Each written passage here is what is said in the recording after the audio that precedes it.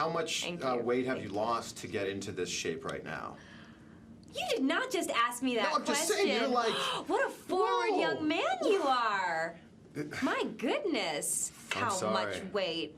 I'm not saying you needed to lose weight. Hey everyone, welcome to Ajay Discusses Movies, a show in which I discuss movies, both old and new. Took a week off to come back to discuss two new Anne Hathaway movies. This is the year of Anne Hathaway. She's releasing 5 movies this year through several different distributors. 2 of them are currently in the theaters. The rest of the 3 are The Odyssey, The End of Oak Street, and Verity, which are scheduled to be released later this year. Those 2 movies that are in the theaters right now are David Frankel's Devil Wears Prada 2, the sequel to the 2006 film, as well as David Lowery's Mother Mary. So, for this beginning part of the discussion, I will be discussing David Frankel's Devil Wears Prada 2, and then we'll move on to the better portion of the video, which is David Lowery's Mother Mary, which is definitely the more interesting, more enticing, and just overall just a better experience while watching a movie. So let's start off with the sequel for Devil Wears Prada, which is Devil Wears Prada 2. What is the movie about? So Devil Wears Prada 2 is a film that is a sequel to the 2006 film Devil Wears Prada, starring Andrea Sachs, as she gets a job as a feature editor for her previous employer, Runway Magazine, headed by Miranda Priestley. But that changes when the CEO of Elias Clark, the parent company of Runway, Irv Rabbits, dies and is replaced by his son, Jay Ravitz, who is played by BJ Novak. So the film is essentially documenting the twists, the turns, the thrills, the chills, the horror, and the humor that are attached with Andrea Sachs' role as feature editor for Runway Magazine, which is now her job after she got fired as a journalist. And general thoughts on this movie. This movie was fine. I didn't hate it. I didn't love it. It's fine.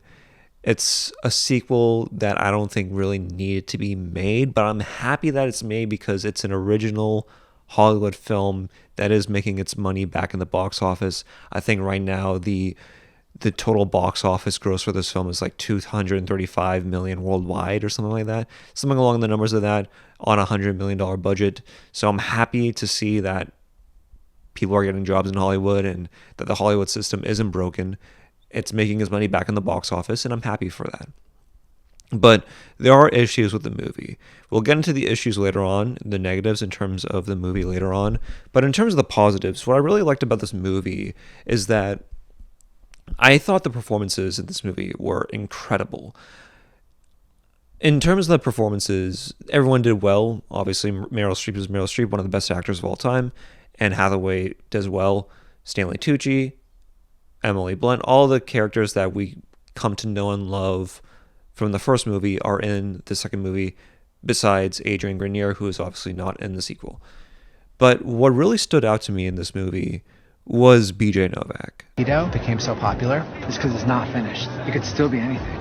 100%. 100%. 100%. 100%. 100%. 100%. I don't ever want to go past knowing what someone's parents do for a living. If I know what someone's parents do for a living, I've hung too long. I thought his role as Jay Rabbits was incredible. He's really able to play the son of a wealthy CEO / Nepo baby amazingly well.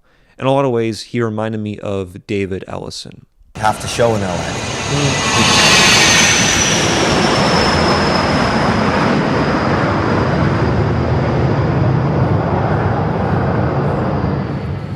And in terms of the other performances that I thought really stood out to me, was Justin Theroux. Justin Theroux really plays this maniacal billionaire to an extent that has been explored in cinema before, but not to this comedic extent.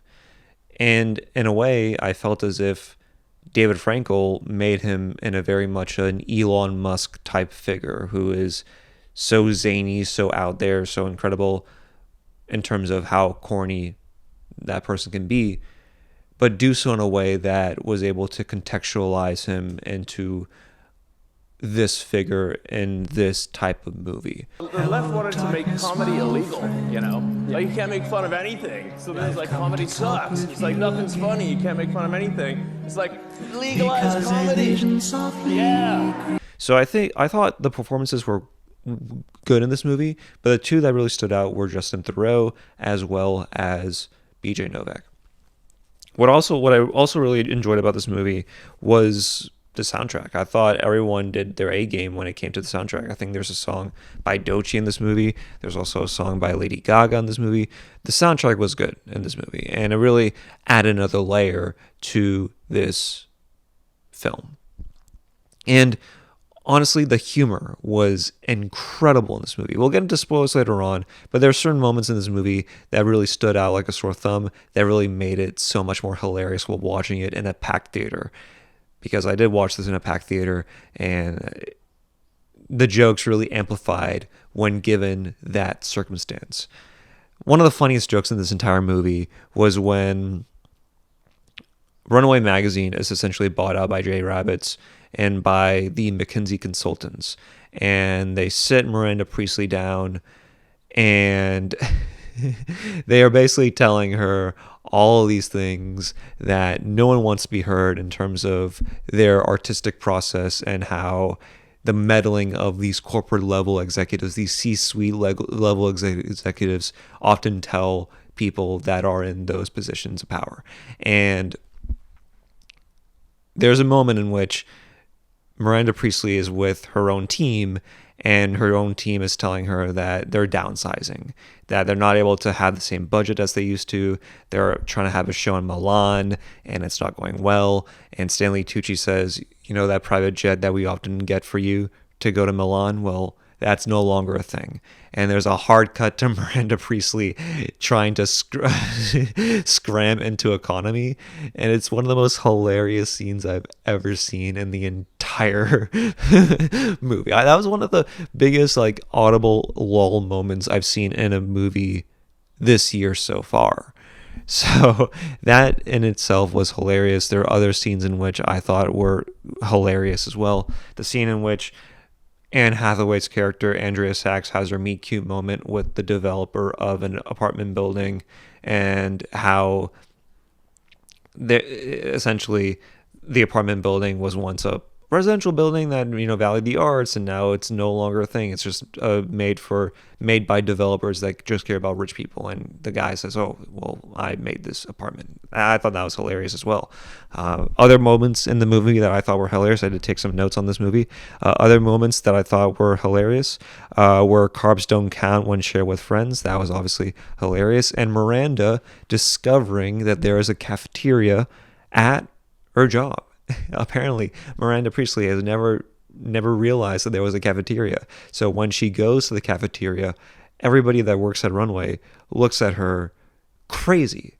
Like, really, this person of a high status, of a high class, is willing to go to a cafeteria the first time in essentially forever? For the first time in all of humanity, do we see Miranda Priestly at a cafeteria? I thought that was hilarious, and that was amazingly well done and well put together. So the humor, the performances, the soundtrack were great. But in terms of the negatives, there were negatives. And this is where I'll get into spoilers for this movie. Is this the best sequel for the original Devil Wears Prada movie? No. And part of it is because of several issues with the movie. And most of it comes with the overall direction as well as the cinematography. The first issue that I had with the movie was the plot contrivances. There are several moments in this movie in which we are watching it and we're sort of told to suspend our disbelief for the movie. And to a certain extent, I'm willing to do that. I'm fine to do that. But after a while, the issues, the errors stack up. And it gets to a point where you just have to acknowledge it. So one of the first instances in which I just really sort of scratched my head at was, we mentioned how Miranda Priestly has to sit with a bunch of McKinsey level consultants at the cafeteria out in the open. First off, a meeting like that would never happen out in the open. It just wouldn't. I'm just sorry. It just wouldn't. Second off, how does Andrea Sachs's assistant, because Andrea Sachs really wants to know how the meeting went, what was discussed, and she asked her assistant what happened. And her assistant says, "Oh, well, I decided to essentially go into the cafeteria, sneak in, put my phone under Miranda Priestley's chair, and leave without a trace of people knowing I was there." A lot of questions. How is she able to just do all of that without being caught? Why did she think it was necessary to record the conversation? It's just moments of that were just definitely side-eyed. Let's just say it at that. So there's a moment as well later in the film where Miranda Priestley wants to essentially buy out Runway Magazine from Jay Rabbits because she's not happy with where the direction of the company is going. So she tasked Andrea Sachs, played by Anne Hathaway, to make several calls. One of those calls is to Lucy Liu, which is the former wife of Justin Theroux, who's amassed millions, if not billions of dollars through the divorce between Lucy Liu's character and Justin Theroux's character. And there's a montage, essentially, of Anne Hathaway making several calls, being like, I'm heavily caffeinated. You got to do this deal. We got to do this deal. And she's making all these calls to eventually lead to Lucy Liu's character. My problem with that is, why didn't she just call Lucy Liu's character? It's a direct line. She has a direct call to Lucy Liu's character. They've met before. She's praised her work endlessly about the feature columns and the editorial columns, and how that's really made Runway unique in its regard. Why not just call Lucy Liu's character to buy the company? What also doesn't make sense about this movie, and we'll sort of get away from the plot contrivances, but we'll stick with the plot contrivances for now. Stanley Tucci's character, it's revealed at the end of the film that Stanley Tucci's character, after hearing what happened to Andrea Sachs, decides to call Irv Rabbits to hire Andrea Sachs for Runway Magazine. Now, Stanley Tucci's character is in the same exact position as he's been for the past 20 years. So if he has enough pull to call Irv Rabbits, why doesn't he make the pull to make himself be hired at a better position? Maybe not at Miranda Priestley's position, but at a better position. Why is he still there at the same job if he has a direct line to the parent company's CEO? It just makes no sense to me. I mean, while watching it, it was definitely a tear-jerking moment, especially at the end. I could definitely hear some sniffles in the crowd in the audience. Again, I did watch this in a packed theater, and it did amplify certain moments in the film for me. But that was one of those instances where I just heavily had to question it. Why? Why wasn't he able to call Irv Rabbits to get a better job for himself? So moments of that really made me question the film. What I also didn't enjoy was the cinematography. Now, it's done by Florian Bauhaus, who did do the original movie, but for some reason there's a sterile look to this film. I don't know why, but for some reason it just felt as if it just felt unimpressive to me. While watching this film, there was this sterile, dull, lifeless look to it, and it didn't really correspond with what the movie was trying to go for in terms of the fashion of it all, in terms of what it was trying to evoke, in terms of the importance of art and business and fashion all merged into one, and how all of that is important for people to have hope and love and ambition within today's world. That, to me, felt flat. Now, I don't know what happened with the cinematography, but it just felt like a stark contrast with the first film. Now, I understand that in a lot of ways, the sterile look does match and mirror the way in which fashion is today in terms of how it's just dominated by clicks and by social media engagement, and how everything is predicated on whether or not it's able to please not only the C-suite level executives, not only the McKinsey consultants, but also the advertisers that do finance the website and other parts of that nature. But again, I felt as if for a movie of this nature, for Devil Wears Prada, for a storied, essentially franchise, for a storied film that was released back in 2006, you want it to be a little lively. You want it to be a little bit more homely. And I just didn't get that from this movie. Now, the last thing that I kind of want to discuss that kind of irked me in this movie were the celeb cameos. Now, don't get me wrong, I don't mind a good celeb cameo here and there. I do like Lady Gaga. I thought she had a few lines of dialogue here and there that added more context to Miranda Priestley's character. But there are other cameos in this movie that just didn't need to be there.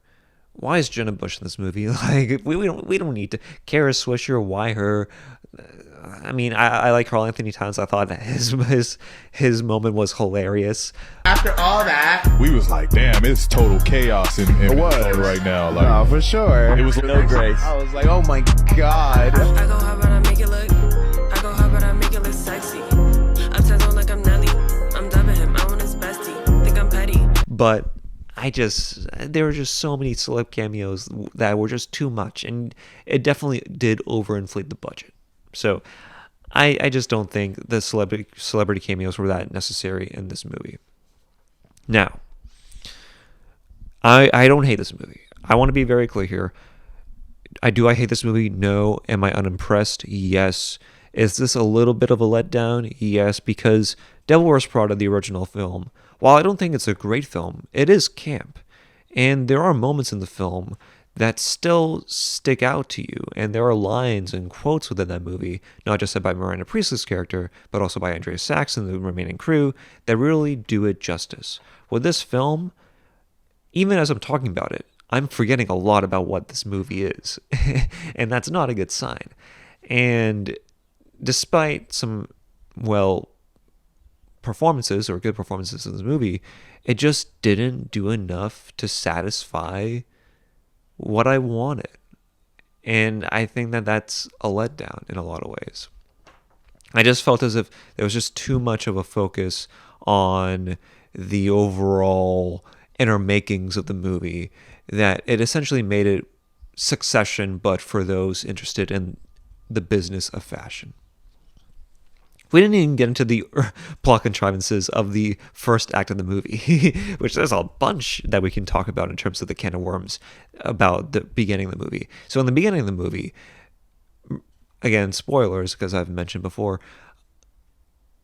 Runway Magazine is in a bit of a crisis because they essentially did a puff piece on a brand that engaged in fast fashion, meaning they engaged in slave labor in parts of Asia. And it's a big deal because obviously Runway Magazine prides itself on ethical, consumer-friendly fashion that essentially is non-fast fashion. And they hire Andrea Sachs as damage control to essentially create a piece that rehabilitates the image of Runway Magazine. But it's never really brought up again. At no point is that subplot brought up later in the film. And my question with that is, why wouldn't it be? Isn't that also a necessity or a concern that should be brought up and discussed? Isn't that something that should be, brought up later on in terms of the importance of that story and how not only is it necessary for the later act, but it also ties it all together? I don't know. That entire part just felt unnecessary. And if anything, with the inclusion of that part, it made it so that the evolution of Miranda Priestley's character was stunted. Throughout this entire movie, there's no evolution within Miranda Priestley's character. It feels the exact same as it was when we first started watching the movie. So again, the more I talk about this movie, it's very easy to find nitpicks in this movie. It's very easy to do that. I won't do that, but it is fine. I won't say it's an amazing film, but it's a fine movie. And if you like the first one, you may like the second one. But coming out of the theater, there were a lot of issues that I have with it. And maybe on rewatch, it may change. I might enjoy it, but for the time being, it's fine. So this is definitely the inferior of the two Anne Hathaway movies that are out in theaters right now. The other movie is David Lowery's Mother Mary. This film stars Michaela, Coel, and Anne Hathaway. Mother Mary is a movie. What is the movie about? Mother Mary, starring Anne Hathaway as Mother Mary, meets with former costume designer Sam Anselm. It is a film in which Mother Mary meets with her former costume designer because she suffered through a really bad injury, and on her comeback tour, she realizes that a lot of the outfits that she has on the tour are pale in comparison to the work of Sam Anselm.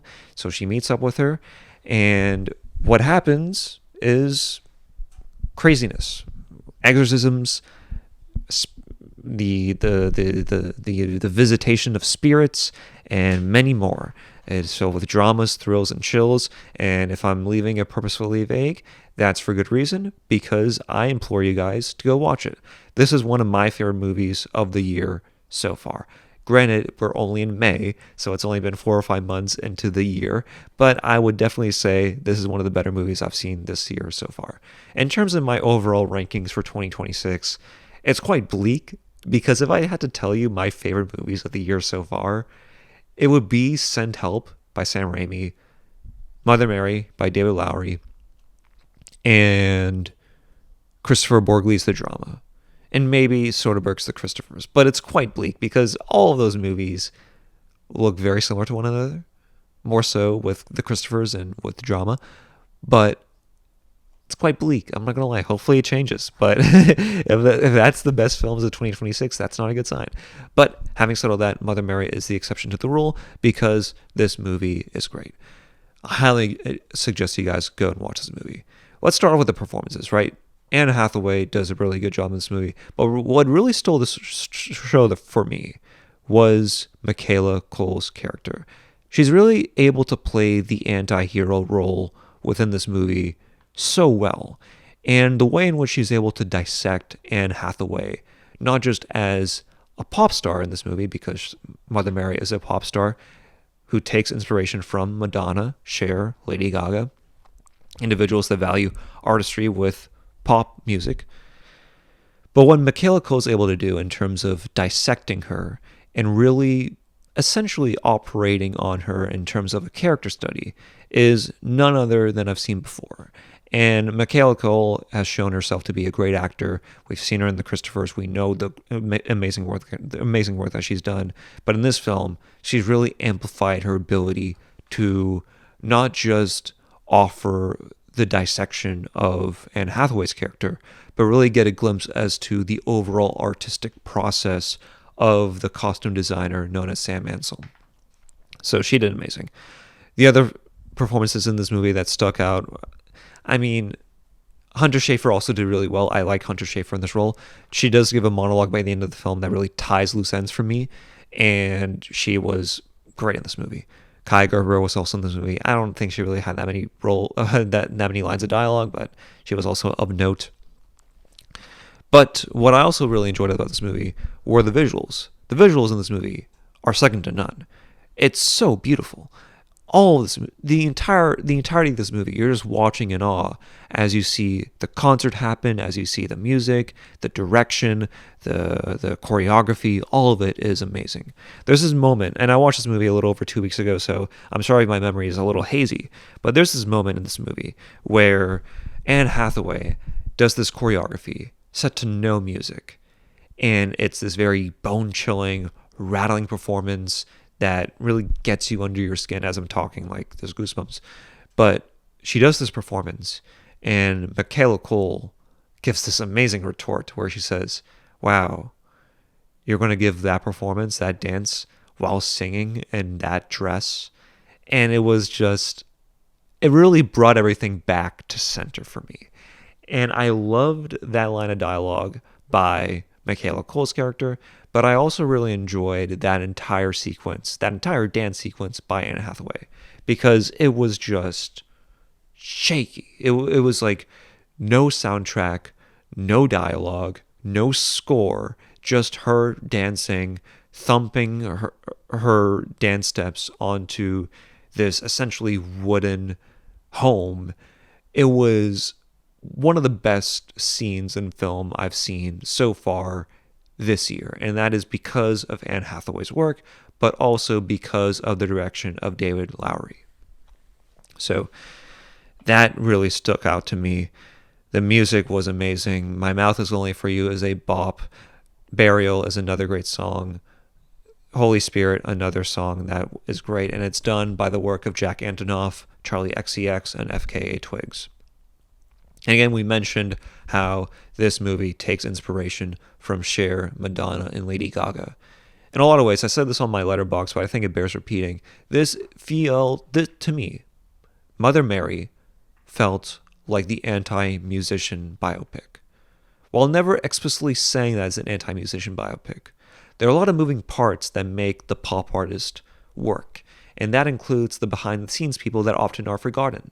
In this movie, Michaela Coel plays a costume designer who feels as if her work is latched onto the work of Mother Mary, who feels as if her work is essentially being denigrated by Mother Mary because the focus is never on her work, and how sometimes those who work in the arts, those who work in the costume department, those who work behind the scenes, whether it's behind the camera, maybe even catering, often feel left out in the overall creation of said product. And when it came to the red dress, because a lot of times in this movie, Anne Hathaway has fears of wearing the red dress, not just because it represents the physical injury that she sustained while being on the tour. Again, she was on suspenders and she fell dangling in midair, falling straight onto the floor essentially of her own concert, resulting in several injuries and essentially a setback on her career. But what I felt what the red dress really represented was her fear of being authentic or original, and how when you're a pop artist making music for the masses, how that can get thrown into the wayside when creating art for the most amount of people. This movie, I think, is best to be rewatched. This movie, I think, is best to not just be given your out-of-the-movie theater reaction to. It is a movie that should require a lot of thought and rethinking about what it means to be not just a pop artist, but what it means to be an artist. And that's all done through the work of David Lowery. I mean, David Lowery is amazing. I mean, he's released several great films not recently, but throughout his entire filmography, whether it's Green Knight, A Ghost Story. We're not going to mention Peter Pan and Wendy. All my bad form I learned from you. Don't flatter yourself. You've always been rotten. A stinking, rotten codfish. But it is amazing to see the work that David Lowery is able to do, and how for a film that has an A-list cast of this nature, how he's able to be subversive. Because for a film that has a budget of $20 million, you would assume that he would play it safe. You would assume that he would just create a conventional film that is essentially Smile 2, or maybe even Trap. Not to say Trap is a palatable film, but Rachel, listen to me. Your husband is the butcher! Cooper is the butcher! you would think that he would make a film of that nature. But no, he created something that is different, that is unique, that is authentic, that is original, and we should support that. Am I surprised that this film is a box office disappointment? No, I'm not. Because when I did watch it on a Friday night, there were 6 or 7 other people, and there were 2 walkouts. And while I don't necessarily hate on the fact that there were walkouts, because I do think that it is cool to make art that upsets people, I wasn't necessarily surprised. So, now, in terms of the negatives of this movie, because again, there are negatives to this movie. I mean, no movie's perfect, right? So again, spoilers if you haven't seen it, but I implore you guys to go watch it. So if you haven't seen it already, go to your local theater, watch it, come back, and we will discuss. But in terms of the negatives, towards the third act of the movie does take a rather conventional approach in terms of the real-life exorcism of Mother Mary. There's a scene in which Michaela Coel draws a perfect circle, and she does essentially do an exorcism. And I felt as if that was a little too on the nose for me. Having said all that, there was a perfect amount of gore in the movie towards the end of it that really set things into motion, and I loved it. I thought that was amazing. I was never scared by this movie. I want to be very clear. It's not a horror movie. It's a psychological drama movie. But in that moment, there were people that were squirming in their chair, and I loved it. I thought that was amazing. Now, that was an issue for me, was the exorcism. I felt like that was a little too on the nose. There's a moment in which FKA Twigg's character conducts a seance in which she gets possessed, and the way in which it's shot, yes, it is a psychological drama film, and no, it's not necessarily a horror movie, but in that moment, you could definitely tell that they were trying to go for a horror angle to it, and it didn't play out like that. It was rather funny, rather comical, and there's there's a moment in which FKA Twigs bites Anne Hathaway's arm, in which she is required to get stitches, and I thought that was hilarious. That entire scene in which she bites Anne Hathaway's character was hilarious to me. So, yeah, those were the negatives for this movie. I mean, it's easy to nitpick. It's easy to question certain moments in this film. There's a monologue given by Hunter Schafer where you sort of question yourself, saying, "How does she know all this? What intel does she know?" This is a character that was given very little information, but all of a sudden she has this epiphany of knowledge that she's able to just say out into the ether. But I didn't mind that part. In fact, I actually enjoyed that part a lot. But people did have that issue, I saw online. So I do think that this movie will gain a cult following in the future, and for good reason. I think that this movie really challenges the conventional norms of what it means to be a pop artist. It really challenges what actors are able to do and are able to handle with a good script, and it's all done by David Lowery. I think David Lowery, as well as the cinematography for this as well, whose name is not coming to mind, but it is done by the two of them. And I think the 239:1 aspect ratio for this film really exemplified just how immersive this entire film felt. And again, it's because of David Lowery. Again, shout out David Lowery, fellow vegan. Shout out David Lowery doing God's work on the big screen. And honestly, what I really enjoy about David Lowery's work is that when it comes to theatrical movies made for the big screen, even though he wants to get as big of an audience as possible, he's able to challenge the norms and is not willing to play it safe. And I think that should be appreciated in today's very much monotonous landscape of films made for the big screen. And I thought that was amazing. When I watched this movie, I was leaving the theater and I saw a bunch of people that were there for Michael. I didn't watch Michael. I don't plan on watching Michael. I'm just tired of music biopics. I'm sorry. I just feel like it's played out. I've seen the Elvises. I've seen the Rays. I've seen the Johnny Cash biopic. We've had our time with it. Like, let's be honest here. It's done. All you need to do is just read the Wikipedia, watch the interviews on YouTube, and you're good, right? That's all you need to do. We've seen the complete unknowns.